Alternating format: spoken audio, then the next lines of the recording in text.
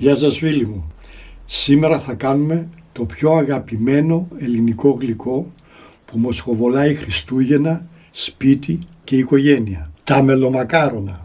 Όπως τα φτιάχναν οι παλιές νοικοκυρές, με αγάπη, με υπομονή και με τα πιο απλά υλικά. Πάμε σιγά σιγά να τα φτιάξουμε μαζί. Πρώτα απ' όλα φτιάχνουμε το σιρόπι μας. Αυτό πρέπει να είναι κρύο όταν θα μελώσουμε τα γλυκά. Βάζουμε στην κατσαρόλα το νεράκι, τη ζάχαρη και ρίχνουμε και τα μπαχαρικά, κανέλες και γαρίφαλα. Αυτά θα δώσουν το άρωμα που θυμίζει παλιά σπίτια και Χριστούγεννα. Το πορτοκάλι. Ξεκινάμε πάντα με το σιρόπι για να προλάβει να κρυώσει ώσπου να ψηθούν τα μελομακάρονα. Θέλει λίγο βράσιμο. Θέλουμε λεπτό σιρόπι για να εισχωρήσει στα μελομακάρονα. Δεν το αφήνουμε 6-7 λεπτά να δέσει πολύ.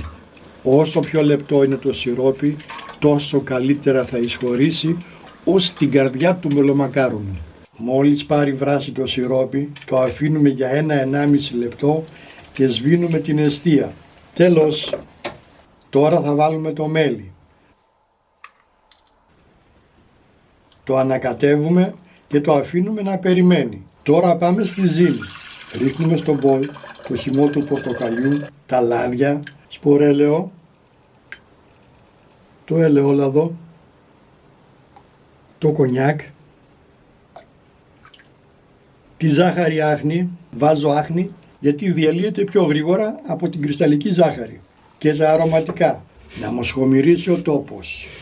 Το ξύσμα πορτοκαλιού, την κανέλα, το τριμμένο γαρίφαλο και το τριμμένο μοσχοκάριδο. Θα τα ανακατεύσουμε. Σε δεύτερο μπολ το αλεύρι.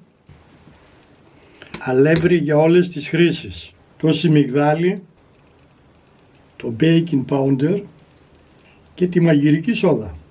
Θα τα ανακατέψουμε.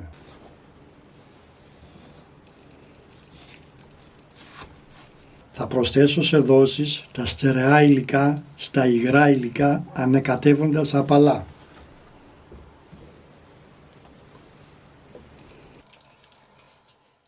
Θα ρίξω τώρα και το υπόλοιπο αλεύρι μέσα. Τη συνταγή αυτή και άλλες διάφορες θα τις βρείτε και στο χρυσό σκουφάκι. Σχετικό link σας αφήνω από κάτω. Στο τέλος θα χρησιμοποιήσω το χέρι. Το ένα χέρι ανακατεύοντας απαλά. Σαν να χαϊδεύουμε τη ζύμη, όχι σαν να παλεύουμε μαζί της. Θέλουμε μια ζύμη μαλακή, αλλά να μην κολλάει. Εδώ χρειάζεται απαλό χέρι, όχι ζύμωμα δυνατό. Έχουν αφομοιωθεί τα υλικά και είναι έτοιμοι να την πλάσουμε. Μικρά, μεσαία, οβάλ, όπως ταιριάζει σε κάθε σπίτι. Εκεί γύρω στα 25 με 30 γραμμάρια είναι το ιδανικό μέγεθος.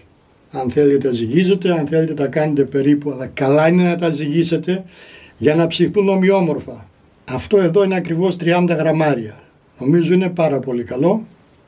Το πλάθουμε απαλά μέσα στο χέρι μας, χωρίς να πιέζουμε πολύ. Στα σχόλια θα σας γράψω 5 συμβουλές για πετυχημένα μελομακάρονα. Που δίνουμε το σχήμα του μελομακάρονου, τα βάζουμε στο ταψί, στο οποίο έχουμε τοποθετήσει αντικολλητικό χαρτί.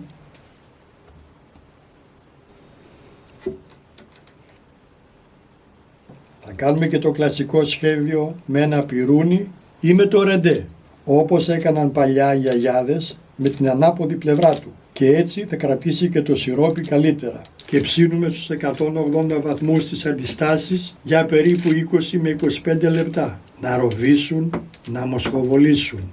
Θα βγάλω πορτοκαλόφρυδες και κανέλα από το σιρόπι. Και τώρα πάμε στο πιο όμορφο σημείο. Εδώ θέλει το σωστό ζευγάρι. Ζεστά μελομακάρονα, κρύο σιρόπι. Για περίπου 20 με 30 δευτερόλεπτα από την κάθε πλευρά. Να τραβήξουν όσο πρέπει, όχι να λιώσουν. Τα γυρνάμε με ένα κουτάλι.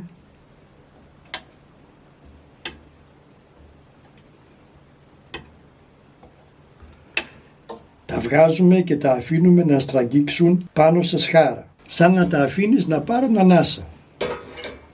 Για να είστε σίγουροι ότι έχουν τραβήξει μέχρι μέσα, θα σπάσετε ένα από τα πρώτα Και θα δείτε, έχει πάει μέχρι μέσα το σιρόπι. Αν όχι, αφήστε τα λίγο παραπάνω. Έτσι ακριβώς θα συνεχίσουμε και με τα υπόλοιπα. Πάμε τώρα να τα τοποθετήσουμε στην πιατέλα. Το μέλι και το καρύδι είναι η χαρά.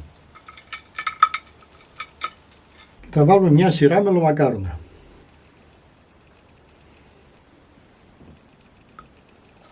Ρίχνουμε από πάνω λίγο καλό μέλι, γι' αυτό λέγονται μελομακάρονα, γιατί γίνονται με μέλι και ψιλοκομμένο καρύδι.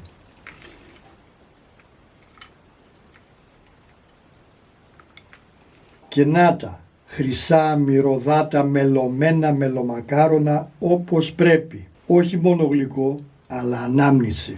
Για πάμε να δούμε αν είναι σιροπιασμένα μέχρι μέσα στην καρδιά τους.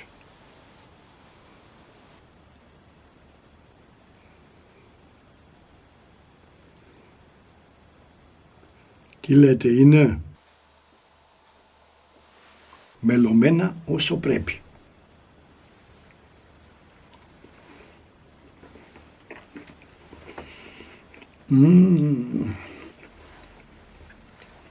Είναι τραγανά απ' έξω και μαλακά από μέσα. Μοσχοβολάνε Χριστούγεννα. Μην ψάχνετε άλλη συνταγή, αυτή να κάνετε και να μου γράψετε τις εντυπώσεις σας. Αν σας άρεσε η συνταγή μου, κάντε μια εγγραφή, πατήστε ένα like και γράψτε μου στα σχόλια πώς θα κάνετε εσείς στο δικό σας σπίτι. Να έχετε καλές γιορτές και γλύκα στη ζωή σας, όπως αυτά εδώ.